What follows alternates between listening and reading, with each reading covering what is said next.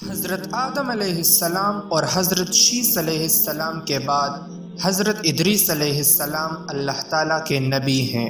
آپ کی ولادت مصر میں ہوئی۔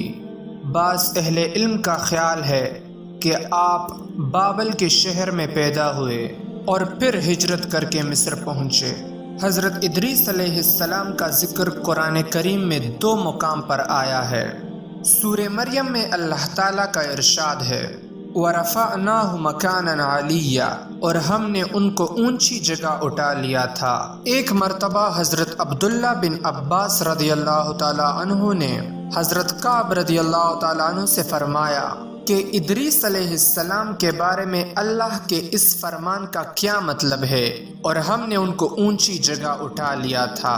اس پر کعب رضی اللہ تعالیٰ عنہ نے فرمایا اللہ تعالیٰ نے حضرت ادریس علیہ السلام کی طرف وحی نازل فرمائی، میں آپ کے اعمال میں روزانہ تمام بنی آدم کے اعمال کے برابر اضافہ کروں گا۔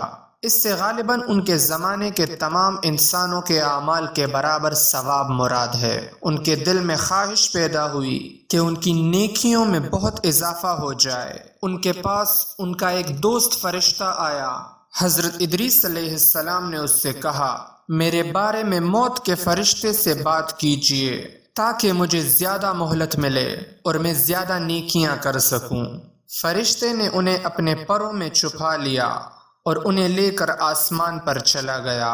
چوتھے آسمان پر اسے ملک الموت اوپر سے آتے ہوئے ملا۔ اس نے ملک الموت سے اس معاملے میں بات کی جو ادریس علیہ السلام نے کہی تھی۔ ملک الموت نے فرمایا ادریس علیہ السلام ہیں کہاں؟ اس نے کہا وہ میری پیٹھ پر ہیں۔ ملک الموت نے کہا تعجب ہے، مجھے بھیجا گیا تھا اور حکم ہوا تھا ادریس علیہ السلام کی روح چوتھے آسمان پر قبض کرو۔